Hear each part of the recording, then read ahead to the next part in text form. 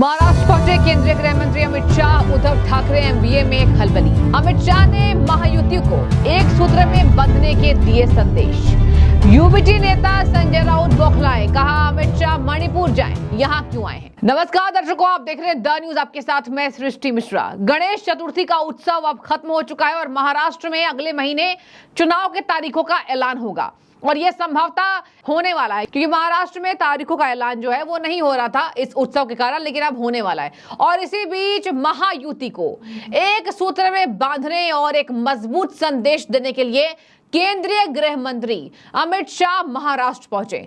महाराष्ट्र में उन्होंने लाल बागचा राजा यानी कि गणेश जी के पूजा पंडाल में भव्य दर्शन किए। वहां उन्होंने नारियल के फूल चढ़ाए और वहां उन्होंने लाल बागचा राजा के एक साथ दर्शन करने के बाद देवेंद्र फडणवीस और एकनाथ शिंदे के घर जाकर भी गणपति पंडाल की पूजा अर्चना की है। बता दें आपको, उनका एक अलग मैसेज था। महाराष्ट्र आने का जो दौरा हुआ 2 दिवसीय दौरा था और हर साल गणेश चतुर्थी के उत्सव पर अमित शाह अपने पूरी फैमिली के साथ महाराष्ट्र जरूर जाते हैं। महाराष्ट्र वो गणेश उत्सव के साथ साथ बीजेपी महायुति को भी एक सूत्र में बांधने के लिए यहां पर उन्होंने एक अलग नजरिया अपनाया हुआ था, जहां उन्होंने एयरपोर्ट पर ही पहले एक मीटिंग की, उसके बाद उन्होंने साफ कहा घबराना नहीं है। बता दें आपको दर्शकों, महायुति का सीधा और साफ तौर पर मुकाबला महाविकास आघाड़ी से होने वाला है। महाविकास आघाड़ी में उद्धव ठाकरे, शिवसेना और यहां पर अलग विपक्षी पार्टी जैसे कांग्रेस और एनसीपी है।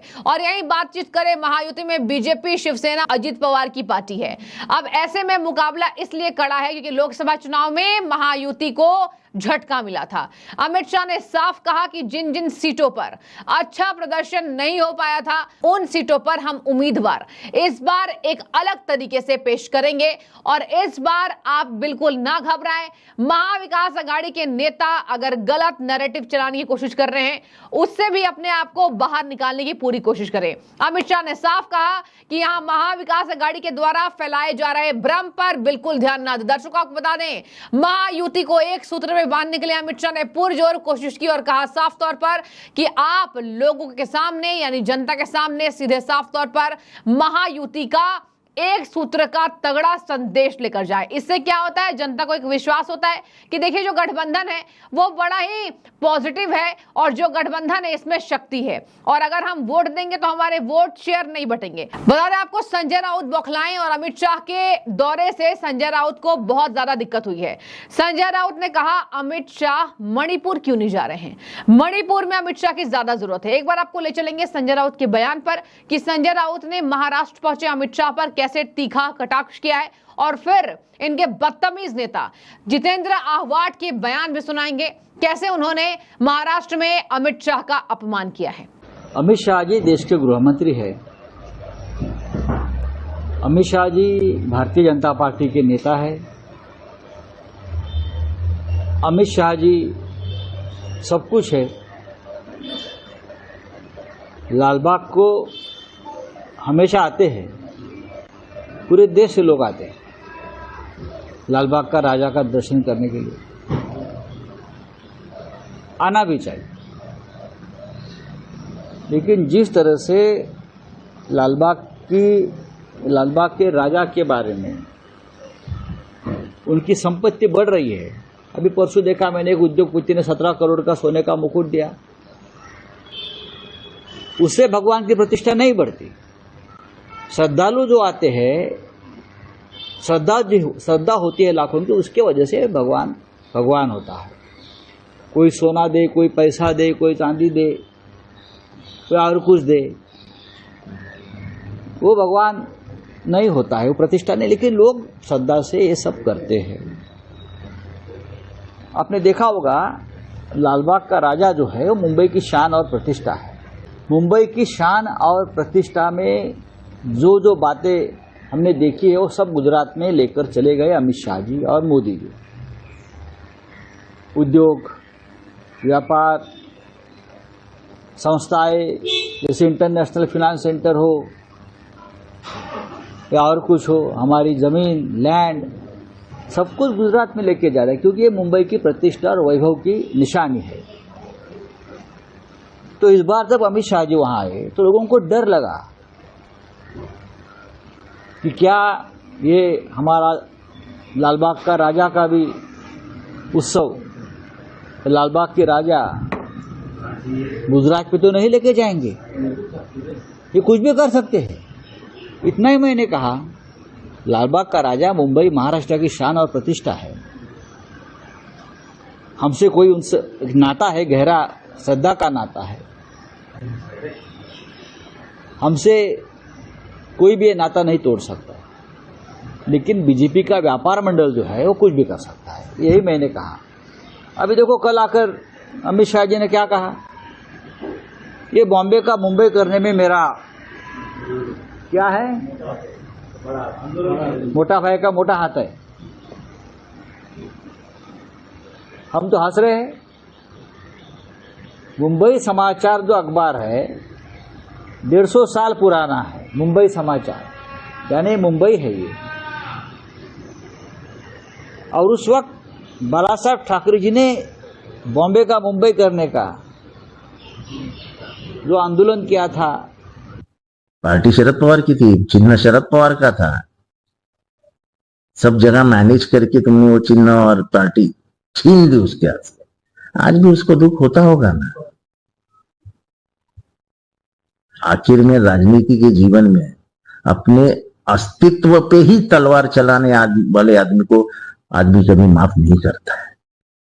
तो इसके लिए मैं उम्मीद रखता हूं कि दादा बड़े दिल से पवार साहब से कह देंगे कि साहब, ये तुम्हारी पार्टी थी, ये तुम वापस ले लो, तुम्हारा चुनाव चिन्ह ये था, ये तुम वापस ले लो।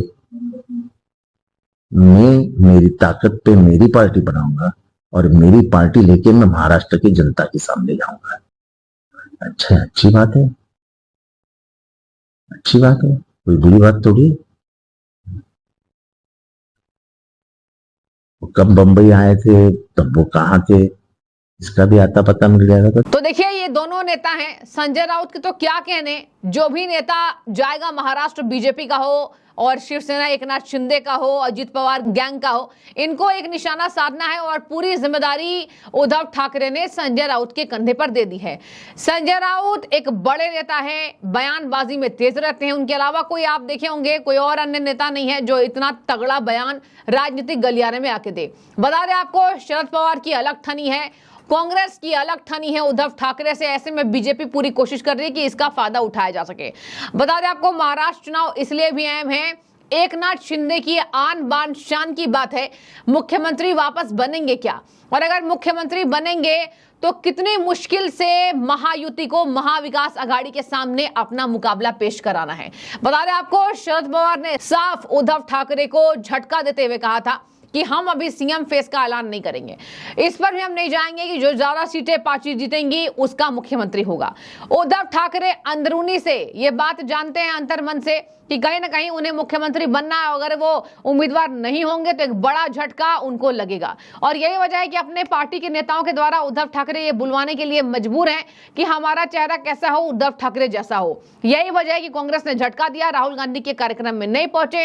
राहुल गांधी के कार्यक्रम में उनका कोई और नेता भी नहीं गया अपने आप को, अपनी पार्टी को रिप्रेजेंट करने के लिए, जिसका एक अलग सियासी मैसेज जनता को गया कि कुछ ठीक नहीं है राहुल गांधी और उद्धव ठाकरे के बीच में। अब देखिए, जैसे हरियाणा में आप और कांग्रेस का गठबंधन टूट गया, वैसे ही देखिए कहीं भी गठबंधन तब तक बनता है, तब तक मजबूत होता है जब तक आप एक दूसरी पार्टी के सहमति से पार्टी में सीट शेयरिंग का हिस्सेदारी ले। इसके बाद जितनी पार्टी ने मांगा है उस सीट पर आप उस पार्टी को चुनाव लड़ने दें। यहाँ कांग्रेस पार्टी यानी कि नाना पटोले पूरे तरीके से यहाँ पर विरोध करते नजर आए थे और कहा था साफ तौर पर कि उद्धव ठाकरे को हम अभी ये बात नहीं बता रहे हैं कि सीएम चेहरा कौन हो।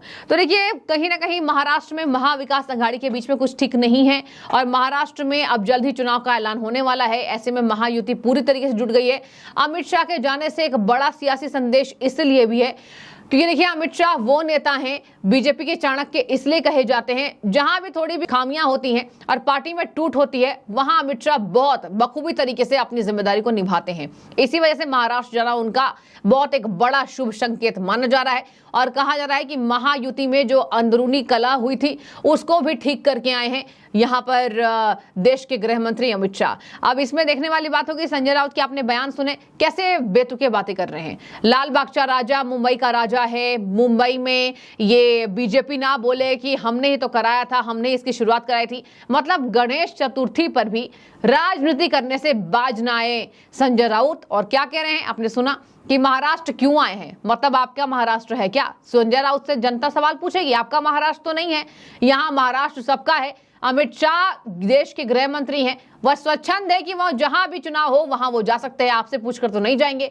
यही वजह है कि संजय राउत हमेशा अपने बयानों से ही फंसते नजर आते हैं। लेकिन आपकी क्या राय, अगर आप मुंबई से हमें देख रहे हैं, बताइए क्या माहौल है वहां पर, दरअसल अभी जमीनी हकीकत क्या है, किस तरीके से यहाँ महाविकास अघाड़ी में जो टूट है वो जनता तक उसका मैसेज जा रहा है। और महायुति ने जितनी पुरजोर आजमाइश की, अब लाडकी बहन योजना की शुरुआत करके तमाम महिलाओं को साधने की कोशिश, क्या वहां पर महाविकास अघाड़ी और महायुति में जबरदस्त मुकाबला है? जरूर आप कमेंट के जरिए बताइए। और वैसे भी जो सर्वेस कराए जा रहे हैं उसमें साफ तौर पर यह है कि इस बार महायुति को कहीं ना कहीं कुछ फायदा सीटों पे मिलने वाला है। जो भी आपकी राय हो जरूर रखिए। शुक्रिया।